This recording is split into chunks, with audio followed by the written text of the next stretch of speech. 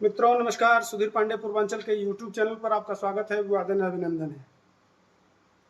जैसा कि आप जानते होंगे, न्यूज़ की खबरें आपको मिलती रही होंगी। सीज फायर हो गया है, कुछ लोग नाराज हो गए कि पीओके क्यों नहीं लिया गया, कुछ लोग नाराज हो गए कि पाकिस्तान को ख़त्म क्यों नहीं कर दिया गया, कुछ लोग नाराज हो गए कि अब इससे बढ़िया मौका मिलेगा कि नहीं, ऐसा क्यों किया। कुछ लोग यह कह रहे हैं कि पाकिस्तान की डिप्लोमेसी कमज़ोर हो गई, अमेरिका के राष्ट्रपति के दबाव में आ गया भारत।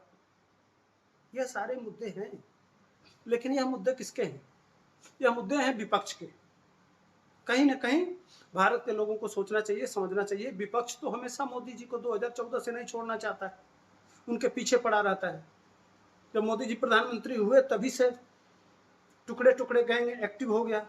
कुछ इस देश के प्रबुद्ध जन बुद्धिजीवी लोग आ गए, अवार्ड वापसी गैंग। आप जानते ही हैं मोदी कैसे प्रधानमंत्री बन सकता है। भाई, इस देश में प्रधानमंत्री बनने लायक तो सिर्फ एक परिवार है, बाकी कोई बन ही नहीं सकता है। तो जितने चाटुकार गैंग दिल्ली में बना रखे हैं वो आज भी एक्टिव है। कि मोदी, अब उसके बाद से याद आने लगी उनको इंदिरा गांधी याद आने लगी। इंदिरा गांधी याद आने लगी कि 71 में 2 फांक कर दिया, पाकिस्तान के 2 टुकड़े कर दिए। 2 टुकड़े कर दिए तो क्या मिला? कोई यह बताए कि उस 2 टुकड़े से मिला क्या? मिला 5 लाख बांग्लादेशी हमको मिले इसी देश में। 90,000 सैनिक उनके 5 महीने यहां बैठ के खाए। जो हमने क्षेत्रफल पाया था वह भी गंवा दिए। और एक चीज याद रखिएगा, 1971 में पाकिस्तान न्यूक्लियर पावर नहीं था। अगर न्यूक्लियर पावर होता तो इंदिरा गांधी भी पाकिस्तान में घुस के मार पाती। यह एक उस समय देखा जाता। और इंदिरा गांधी पावर थी, बहुत पावर थी, बहुत मजबूत थी। उन्होंने 2 भाग में कर दिए पाकिस्तान। तो पाकिस्तान से कितना दूर है बांग्लादेश? कितना दूर है? और बांग्लादेश में स्वयं बांग्लादेशी आजादी की लड़ाई लड़ रहे थे। 2 साल पीछे से यह आंदोलन चल रहा था। क्या पाकिस्तान में ऐसा माहौल है? नहीं है ना। सोचिएगा। और ना ही वह परमाणु संपन्न देश था। उसमें भी इंदिरा गांधी को 6 महीना सेना ने कहा कि अभी कंडीशन नहीं है, 6 महीने के बाद हम आक्रमण करेंगे, इसलिए कि बांग्लादेश में इस आंदोलन को और उग्र होने दीजिए। जितना ज्यादा उग्र होगा, और जब बांग्लादेश के अंदर पाकिस्तान की सेना लड़ते लड़ते थक जाएगी और जब वह कमजोर पड़ने लगेगी, उस समय अगर हम आक्रमण करते हैं तो हमारा युद्ध बहुत आसानी से निकल जाएगा। ये सेना की पॉलिसी थी। सेना ने इंदिरा गांधी को समझाया, इंदिरा गांधी ने अपना कदम पीछे खींचा, और जब टाइम आया तो सेना ने कार्रवाई किया और उसमें 2 भाग हमें बांग्लादेश में सफलता मिली। लेकिन मिला क्या? बाबूजी का ठुल्लू। कोई बताएगा? पूछिएगा, कोई हमको आके समझा दे। कमेंट में ही कोई समझा देगा अगर कोई वामपंथी सुन रहा हो कि बांग्लादेश के टूटने से क्या मिला। अब आते हैं नरेंद्र मोदी। परमाणु संपन्न इजराइल भी किसी को परमाणु बम बनाने नहीं देता है, लेकिन इजराइल की भी हिम्मत नहीं है कि किसी परमाणु संपन्न देश में घुस के और उसके सारे एयर बेसेज को तबाह कर दे।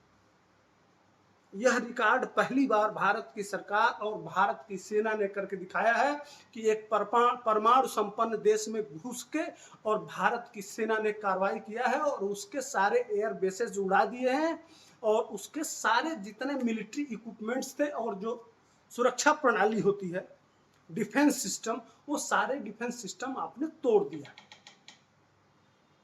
और इसका परिणाम हो गया कि आप मीडिया में देख ही रहे होंगे कि पाकिस्तान अंधा हो गया। अब उसके पास एक ही विकल्प था कि वह परमाणु बम चलाए। इसकी चर्चा जोरों पर चलने लगी। आपने ऐसा कंडीशन पैदा कर दिया कि पाकिस्तान के परमाणु बम के एसेट को भी आपने हिट कर दिया। आपको बताते चलूं, अभी आज भी ट्विटर पे चल रहा है कि अब तक 3 बार पाकिस्तान के अंदर भूकंप के झटके लगे हैं। कई बार भूकंप के झटके आ रहे हैं। उसका केंद्र कहां है? वो जो अपना सर्विलांस है उसके डिजिटल को लेके बार बार उस चीज को दिखाया जा रहा है। तो ये बार बार झटके आने और परमाणु बम के एसेट पे आपका बम गिराना। अगर परमाणु बम चल जाता तो कितना बड़ा नुकसान होता है, इसकी कल्पना आप कर सकते हैं। वह हवा पे होता है, सिर्फ एक एरिया का तो नुकसान करता ही है, उसके बाद से जो रेडिएशन होता है वो फैलता है हवा के मिजाज के हिसाब से। हो सकता है वह उस समय हवा हमारे भारत की तरफ अगर चल देता तो कितना बड़ा भारत में तबाही होती। मानते हैं कि हम उसके सारे न्यूक्लियर मिसाइलों को हवा में मार के गिरा देते, लेकिन उसका जो रेडिएशन फैलता उसका नुकसान क्या भारत को नहीं होता? तो ऐसी परिस्थिति में अगर पाकिस्तान घुटने पे आ गया था, सही बात यह है कि आधी खबर आया है, विश्वस्त सूत्रों से पता चला है कि उसका जो जनरल था मुनीर, वह बंकर में छुपा हुआ था। इस तरह से कार्रवाई भारत ने किया था कि उसके जो भारत के सीमा से लगे हुए जितने हवाई पट्टियां थी सारी तबाह हो गई थी। अब आसिफ मुनीर को यह लग गया था, वहां का जो जनरल है उसको लग गया था कि वह भी अब नहीं बचेगा। पाकिस्तान के पास अब कोई विकल्प नहीं था कि अब पाकिस्तान मरता सो क्या नहीं करता, अब वो परमाणु बम पर ही चला आया था। ऐसी सूचना तमाम बड़े देशों को लगा कि इसमें करोड़ों लोगों की जान चली जाएगी, और बार बार पाकिस्तान की तरफ से अमेरिका को फोन जा रहा था कि किसी तरह से भारत को रोकिए, नहीं तो बहुत बड़ा विध्वंस हो जाएगा। तो पाकिस्तान फोन करता है अमेरिका को, और अमेरिका फोन करता है पाकिस्तान के ऊपर दबाव बनाता है। पाकिस्तान फिर अमेरिका फोन करता है भारत को। भारत कहता है कि यह बात हो सकती है डीजीएमओ लेवल का, मैंने उसके जनरल के जो पीआर होंगे वो और हमारे वो वही बात करेंगे, कहिए कि पाकिस्तान बात करे। पाकिस्तान बात करता है, उसके बाद से युद्ध को सीज फायर का नाम दिया जाता है। हालांकि युद्ध नहीं था, यह कोई युद्ध नहीं चल रहा था, लेकिन फिर भी सीज फायर की बात कही जाती है। अब मैं दूसरी चीज बताना चाहता हूँ। सबसे बड़ी बात यह है कि हम लड़ किससे रहे थे? क्या हम पाकिस्तान से लड़ रहे थे? नहीं, हम लड़ रहे थे चीन से। मैं इसलिए कह रहा हूं कि चीन से लड़ रहे थे, इसलिए कि सारे हथियार जो पाकिस्तान के हैं वो सारे हथियार चीन के द्वारा दिए गए हो, चाहे वो डिफेंस सिस्टम हो, चाहे उसके हवाई जहाज हो, जो तमाम जो हवाई जहाज मारे गए हैं, और सारा जो एसेट था वो चीन का था। इस समय बताते चलूं कि इस समय चीन में 28,000 सैनिक चीन के पाकिस्तान में हैं। तो परोक्ष रूप और नेविगेशन सिस्टम जो होता है, नेविगेशन सिस्टम भी चीन का काम कर रहा था। ऐसी परिस्थिति में धीरे धीरे पूरा चीन उतर जाता पाकिस्तान को बचाने के लिए। वह उसका एक तरह से पिट्ठू है। चीन ही पाकिस्तान को प्रोवोक करके यह काम कराता है भारत को कमजोर करने के लिए। यह छुपी हुई बात नहीं है, सार्वजनिक बात है। ऐसी परिस्थिति में अब जब पाकिस्तान के अस्तित्व मिटने की बात आ जाती, जब पाकिस्तान खत्म होता, तो हो सकता है यह विश्व, अगर परमाणु बम चल जाता, ऐसी परिस्थिति में विश्व के देश भी बीच में कूद पड़ते, और वो वर्ल्ड लेवल पे अगर परमाणु बम चलने लगता तो पूरी धरती विनाश कर जाती। ऐसी परिस्थिति में न तो हमने सिंधु जल समझौता किया था, सिंधु जल समझौता पे समझौता किया, ना ही हमने जो ट्रेड बंद किया था वो, चारों तरफ से जो हमने जो शुरू में कार्रवाई की थी उससे पीछे भी नहीं हटे, और घुटने भी टेकवा दिए, और अपने शस्त्रों के माध्यम से दुनिया को बताया कि भारत क्या कर सकता है, भारत कहां तक जा सकता है। यह सिर्फ टांगे पाकिस्तान की नहीं कांपी है, यह टांगे कांपी है चीन की।